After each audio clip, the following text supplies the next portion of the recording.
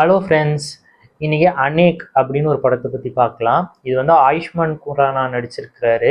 Article 15 director வந்து இது story screen play பண்ணி டைரக்ட் பண்ணியிருக்காரு.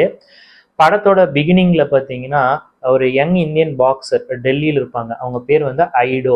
அவங்க வந்து நார்த் ஈஸ்ட்லேருந்து வந்திருப்பாங்க இந்தியாவோட குவாலிஃபையரில் வந்துட்டு பங்கேற்கிறதுக்காக. அங்கே இருக்கிற கோச் பார்த்தீங்கன்னா இவ வேண்டாம், ஒரு 2-3 வருஷம் கழிச்சு பார்க்கலாம் அப்படின்னு சொல்லிட்டு இருப்பாரு. கடைசியில் ஏன்னு பார்த்தா அவருக்கு பார்த்தீங்கன்னா எங்கள் நார்த் ஈஸ்ட்லேருந்து வரவங்களை பார்த்தீங்கன்னா இந்தியனாவே கன்சிடர் பண்ண மாட்டாங்க. அவங்க சைனீஸு, அவங்களுக்கே நம்ம இது பண்ணணுன்ட்டு. ஆனால் ஐடோ பொறுத்தளவுக்கு என் மக்களை வந்து நான் ஸ்போர்ட்ஸ் மூலியமாக தான் நான் ரெப்ரசன்ட் பண்ணுவேன். நான் இந்தியாவுக்காக பாக்ஸிங்ல மெடல் ஜெயிச்சு என் ஊருக்கும் என் நாட்டுக்கும் நான் பெருமை சேர்க்கணும். அதுதான் அவளோட ஐடியாலஜி. அப்போ அந்த சுச்சுவேஷன்ல நீங்க யாரை நீங்க அனுப்புறீங்களோ அவளை நான் நாக் அவுட் பண்ணிடுவேன்னு சொல்லிட்டு அவ சேலஞ்ச் பண்ணிட்டு அவ வந்து ஊருக்கு வந்துடுவா.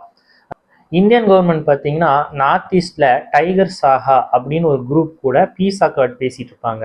இந்த டைகர் சாகஸ் அவங்க எப்படின்னா அவங்க ஓன் வந்துட்டு ஆர்மி வச்சிருக்கிறாங்க. அதோட ஃபண்டிங் பார்த்தீங்கன்னா ட்ரக்ஸு, வெப்பன்ஸு அதுலேருந்து அவங்க கலெக்ட் பண்ணுவாங்க. அவங்க தனியாக வந்து எனக்கு ஒரு இண்டிபெண்டன்ஸ் வேணும், எங்களுக்கு இந்தியா கூட இருக்க விரும்பலை, நேருவும் சர்தார் வல்லபாய் பட்டேலும் ஃபோர்ஸ் பண்ணி தான் எங்களை இந்தியா கூட சேர்த்தாங்க, இந்தியா கூட சேர்க்கறதுனால எங்களுக்கு என்ன யூஸ் அப்படின்னு சொல்லிட்டு அவர் தனி நாடு அந்த ஐடியாலஜி இருப்பாங்க. இப்போ இந்தியன் கவர்மெண்ட் பார்த்தீங்கன்னா அட் எனி காஸ்ட் வந்து இவங்க கூட பீஸ் அக்கார்ட் பண்ணும், அதுக்கு நெகோஷியேட் பண்ணிட்டு இருப்பாங்க. இந்த சுச்சுவேஷன்ல நம்ம ஹீரோ ஆயுஷ்மான் குரானா பார்த்தீங்கன்னா ஜோஸ்வா அப்படின்னு ஒரு பேர்ல அங்க அண்டர் கவர்ல இருப்பாரு. அவரோட உண்மையான பேர் வந்து அமன். அவர் வந்து ஒரு ஐபிஎஸ் ஆஃபீஸர். லாஸ்ட் 10 இயர்ஸா பார்த்தீங்கன்னா இந்தியா ஃபுல்லா அவர் வந்து அண்டர் கவர்ல தான் இருந்தாரு. இப்போ ஜோஸ்வா வந்து அங்க வந்துட்டு ஒரு ரெஸ்டாரண்ட் மாதிரி நடத்திட்டு இருப்பாரு. அங்க வந்து அவளோட எம்ப்ளாயி எம்மா அப்படின்றவங்க பார்த்தீங்கன்னா இவனுக்கு ஹெல்ப் பண்ணிட்டு இருப்பாங்க, அந்த லோக்கல்ஸ்ல இன்டர்வல் கலெக்ட் பண்றதுன்னு. அவங்க நோக்கம் என்னன்னா இது மாதிரி கவர்மெண்ட் மூலியமா தான் இங்க வந்து பீஸ் வர முடியும். என் பையனும் பாத்தீங்கன்னா இங்க அவனை சுத்தி இருக்கிறவங்க எல்லாரும் பாத்தீங்கன்னா மில்டனா ஆயிட்டு இருக்காங்க, என் பையன் அப்படி ஆயிடக்கூடாது, ஆனாலும் எனக்கு வந்து ஜோஸ்வா வந்து காப்பாற்றணும், அந்த ஒரு நோக்கத்துல தான் ஜோஸ்வாக்கு வந்து அவங்க ஹெல்ப் பண்ணிட்டு இருப்பாங்க. ஐடோவும் ஜோஷ்வாவும் பார்த்தீங்கன்னா ரொமான்டிக்லி இன்வால்வ் ஆகிருப்பாங்க. ஜோஷ்வா வந்து அவனுக்கு கொஞ்சம் கொஞ்சமாக லவ் பண்ண ஆரம்பிச்சிருப்பாப்புல. ஆனால் அவரோட நோக்கம் என்னன்னா இன்டெல் கலெக்ட் பண்ணுறதுக்காக தான் அந்த பொண்ணு கூட பழக ஆரம்பிச்சிருப்பாரு. ஜோஷ்வாவோட முக்கியமான வேலை என்னன்னா அங்க 40க்கும் மேற்பட்ட மிலிட்டன் குரூப் இருக்கு, அவங்க எல்லாத்துமே பீஸ் அக்கார்டுக்கு வர வைக்கிறது தான். அதுக்காக இவர் ஒவ்வொரு குரூப்பா போய் பேசிட்டு இருப்பாரு. அப்ப பாத்தீங்கன்னா டக்கோ அப்படின்னு ஒரு ஆளுக்கு வந்து இவர் வெப்பன்ஸ் இது பண்றதுக்காக போயிருப்பாரு. அதாவது அவங்க ட்ரக்ஸ் தருவாங்க, இவர் இன் எக்ஸ்சேஞ்ச் நான் வெப்பன்ஸ் தரேன்னு சொல்லிட்டு. அந்த டாக்கோ அவங்க பாத்தீங்கன்னா ஜான்சன் அப்படின்னு ஒரு குரூப்பை ரெப்ரசென்ட் பண்ணுவாங்க. அதோட ஹெட் யாருன்னு நம்மளுக்கு தெரியாது. அந்த ஜான்சன் குரூப்போட நோக்கம் என்னன்னா நம்ம லோக்கல் பிசினஸை ஸ்ட்ரென்தன் பண்ணி எக்கனாமிக் இண்டிபெண்டன்ஸ் மூலியமா தான் நம்ம இந்தியா கிட்ட இருந்து இண்டிபெண்டன்ஸ் வாங்க முடியும். அதனால லோக்கல் பிசினஸை சப்போர்ட் பண்ணுங்க, அப்புறம் எல்லாரும் படிங்க, படிப்பதற்கு மூலியமா தான் பாத்தீங்கன்னா நம்ம சுச்சுவேஷனும் நம்ம டிமாண்ட்ஸும் நம்ம கவர்மெண்ட் கிட்ட வைக்க முடியும். அவங்களுக்கு வைலன்ஸ்ல நம்பிக்கை கிடையாது, ஆனா எங்களோட ஐடியாலஜிக்காக வைலன்ஸ் எடுக்கணும்னா அதுக்கும் நாங்க தயாரா தான் இருப்போம். அந்த மாதிரி ஒரு மைண்ட் செட்ல அவங்க நிறைய ஸ்கூல்ஸ் அப்புறம் ரீஹாபிலிட்டேஷன் சென்டர்ஸ் எல்லாம் நடத்திட்டு இருப்பாங்க.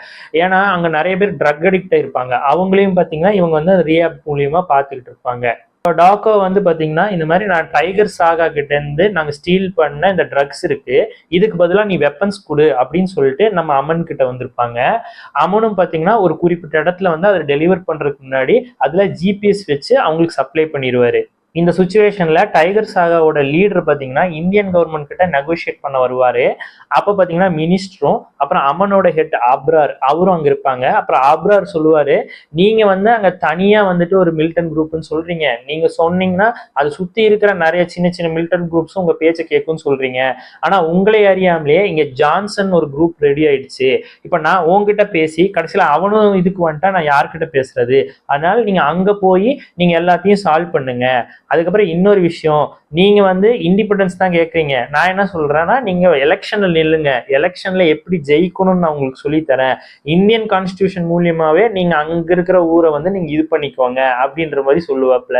உங்களுக்குன்னு தனி பிளாக் கான்ஸ்டியூஷன்லாம் நீங்க டிமாண்ட் பண்றீங்க, ஆனா நாங்க அது கொடுக்க முடியாது அப்படின்னு சொல்லிடுவாங்க. ஆக்சுவலா உண்மை என்னன்னா ஜான்சன் குரூப்பே பாத்தீங்கன்னா இந்தியன் கவர்மெண்ட் தான் வந்து கிரியேட் பண்ணியிருக்கோம். எதுக்குன்னா டைகர் சாகாவை வந்து ப்ரெஷர் பண்றதுக்கு. அது கரெக்டா இங்க நடந்துட்டு இருக்கும்.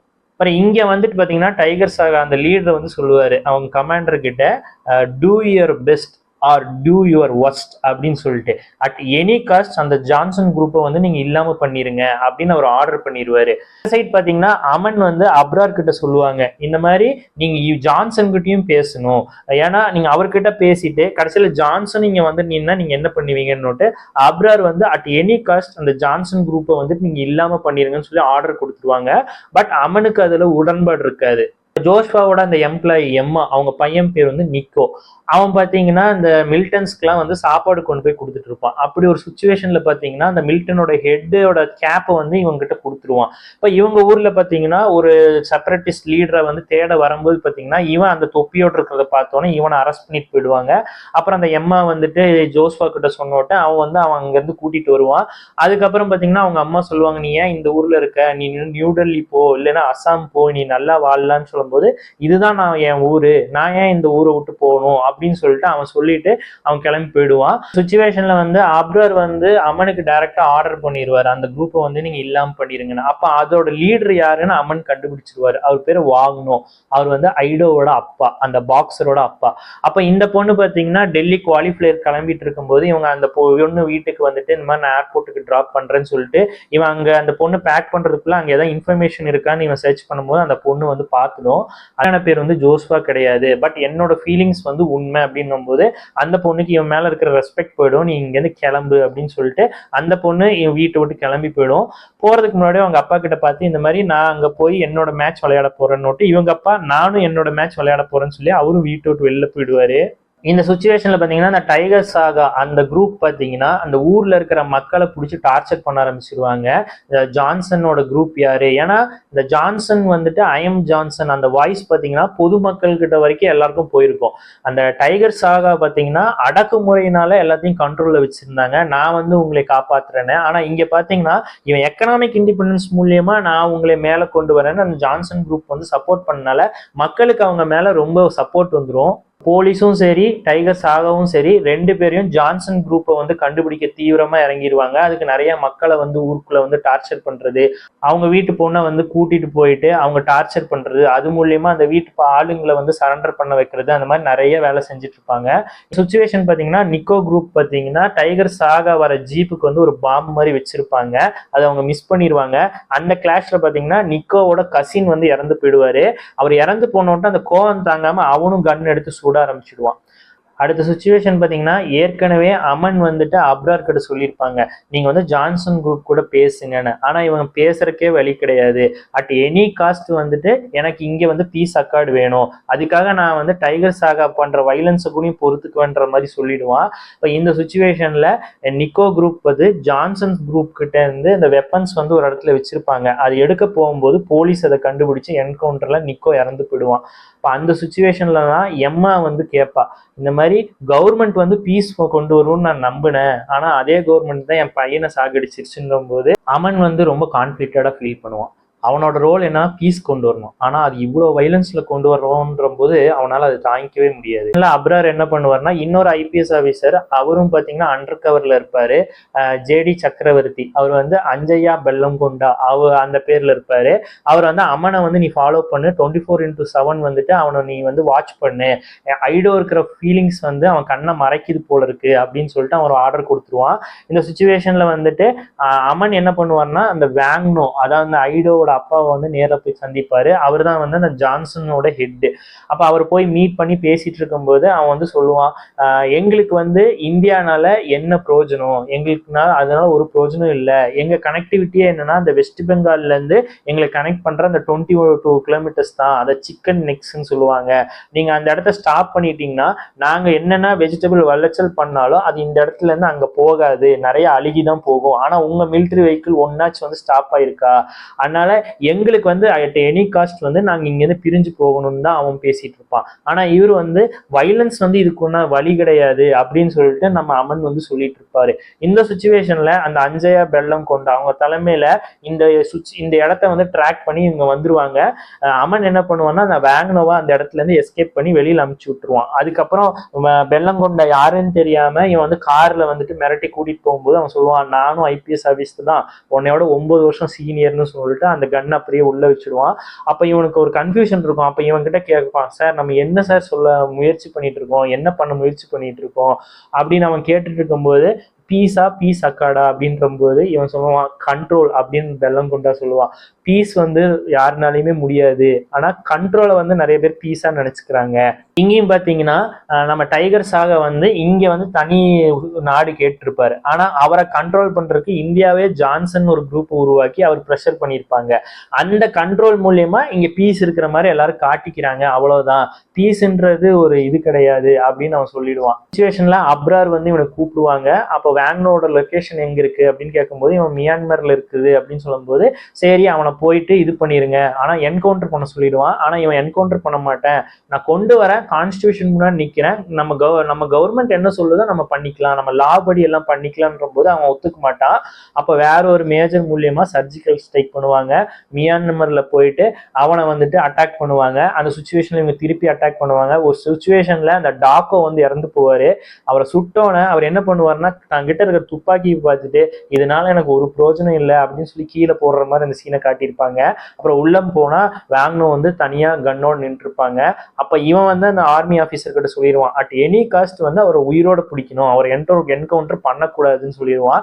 ஏன்னா இவன் மிஷனோட ஹெட் இவன் தான். அப்ப அவன் இவன் சொல்ற கேட்டுதான் ஆகணும். அப்ப உள்ள போனா வேங்கனோ நின்று இருப்பான். அப்ப அவன் சொல்லுவான், நீ சொன்னது கரெக்ட் தான், வைலன்ஸ்னால ஒரு பிரயோஜனம் இல்லை அப்படின்னு சொல்லி அவன் சரண்டர் ஆயிடுவான். சிச்சுவேஷன்ல அமன் பாத்தீங்கன்னா டெல்லிக்கு வருவான். இது வந்து டைகர் சாகா பண்ண வைலன்ஸ், இது ஜான்சன் பண்ண வைலன்ஸ். நீங்க தண்டனை பண்ணணும்னா 2 பேர்கிட்டையும் பண்ணுங்க, ஒருத்தர்கிட்ட பீஸ் அக்கார்ட் பண்ணிட்டு ஒருத்தரை தண்டிக்கிறது இது கிடையாது, அதனால 2 பேர்கிட்டையும் பண்ணுங்க, இதுதான் எவிடன்ஸ். அம்மன் கேட்பான், 60 வருஷமா நம்ம இவ்வளவு மிலிட்ரி வச்சுட்டு அங்க பீஸ் கொண்டு வர முடியல, நான் நினைக்கிறேன் அங்க யாருக்குமே பீஸ் தேவைப்படல, இந்தியன் கவர்மெண்ட் பீஸ் அக்கார்டு வந்தா போதும், வார நிறுத்தினா போதும், அந்த மாதிரி தான் ஃபீல் பண்ணுது.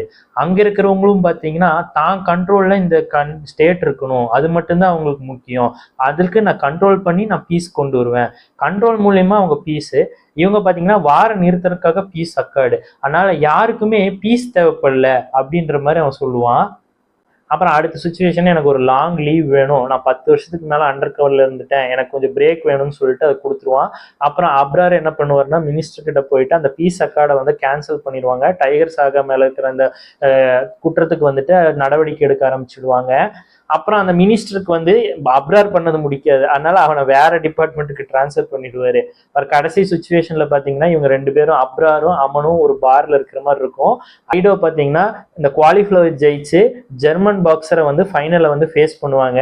இந்தியாவே ஐடோவை ஜெயிக்கணும்னு வந்து காத்துட்டு இருக்கும். அதுக்கப்புறம் ஐடோ அந்த மேட்ச் ஜெயிச்சிடுவாங்க, இந்தியாவே கொண்டாடும். அப்ப அந்த சுச்சுவேஷன்ல பாத்தீங்கன்னா அமன் வந்து அப்ரார் கிட்ட சொல்லுவாங்க, ஐடோ மாதிரி கொஞ்ச ஆளுக்கு தான் இந்தியன்ஸ்னே ப்ரூவ் பண்ண முடியுது, அங்க நார்த் ஈஸ்ட்ல எவ்வளவோ பேர் இருக்கிறாங்க, அவங்க எப்படி ப்ரூவ் பண்ண முடியும் அப்படின்னு சொல்லும் போது, நீ சொல்றதெல்லாம் கரெக்ட் தான் ஆனா அப்படின்னு அப்ரார் முடிப்பாரு. அதோட இந்த படம் முடியும். இந்த படம் பார்த்தீங்கன்னா நார்த் ஈஸ்ட்ல வந்து நிறைய மிலிட்டன்ஸ் குரூப் இருக்கு, அதை பேஸ் பண்ணி ஒரு ஃபிக்ஷனலா ஒரு ஸ்டோரி மாதிரி பண்ணியிருக்கிறாங்க. இந்த படம் ரொம்ப நல்லா இருக்குது, நிறைய டீட்டெயில்ஸ் இருக்குது இந்த படத்துல. நான் வந்து கொஞ்சம் தான் சொல்லியிருக்கேன். இந்த படத்தை பத்தி நீங்க முழுசா தெரிஞ்சுக்கணும்னா நீங்க நெட்ஃபிளிக்ஸ்ல பார்க்கலாம், இது தமிழ்ல கூட அவைலபிளா இருக்கு. இந்த வீடியோ உங்களுக்கு பிடிச்சிருக்குன்னு நினைக்கிறேன். பிடிச்சிருந்தா லைக் பண்ணுங்க, யாருக்கு தேவையோ ஷேர் பண்ணுங்க. இதே மாதிரி இன்னொரு வீடியோவில் உங்களுக்கு சந்திக்கிறேன். பாய்.